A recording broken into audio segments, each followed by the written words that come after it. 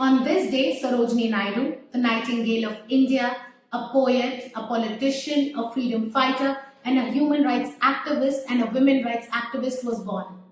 A woman with immense talent, she was the first woman to be the president of the Indian National Congress. Today, on her birth anniversary, let us talk about one of her many talents, her oratory skills.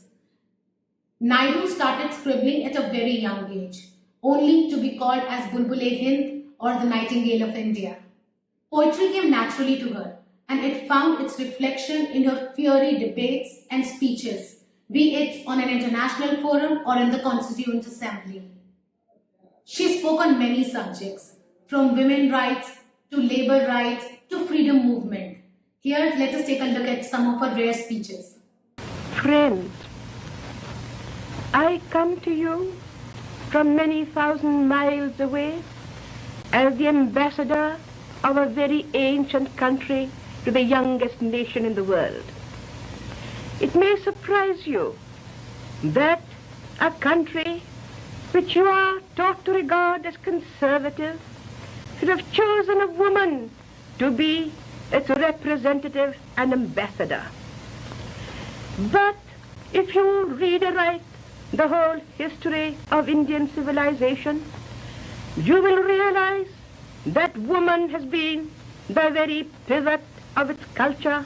The grace, articulation, and the confidence with which she spoke won many hearts. Let us take a look at her speeches. I commend Subbalakshmi of the South to the people of the North. She is presenting the Hindi version of her Tamil film, Meera. Meera rightly belongs to the North, though she belongs indeed to the whole world. I am speaking not in Hindi, but in English of set purpose, because I want my words of commendation to reach the whole world and not merely northern India. Every child in India has heard about Subbalakshmi, for the beauty of her voice, the magic of her personality, the gracious charity of her heart. I am hoping, and I believe I am right in hoping, that through him, his adherents of many millions will realize that their interests are as safe as the interests of more privileged people.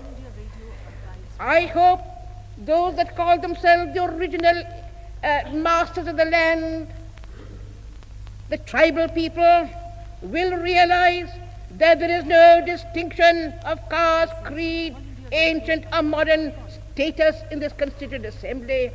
I hope the smallest minority in this country, whether represented or unrepresented politically or by, I don't know what the other things are by which they can be represented.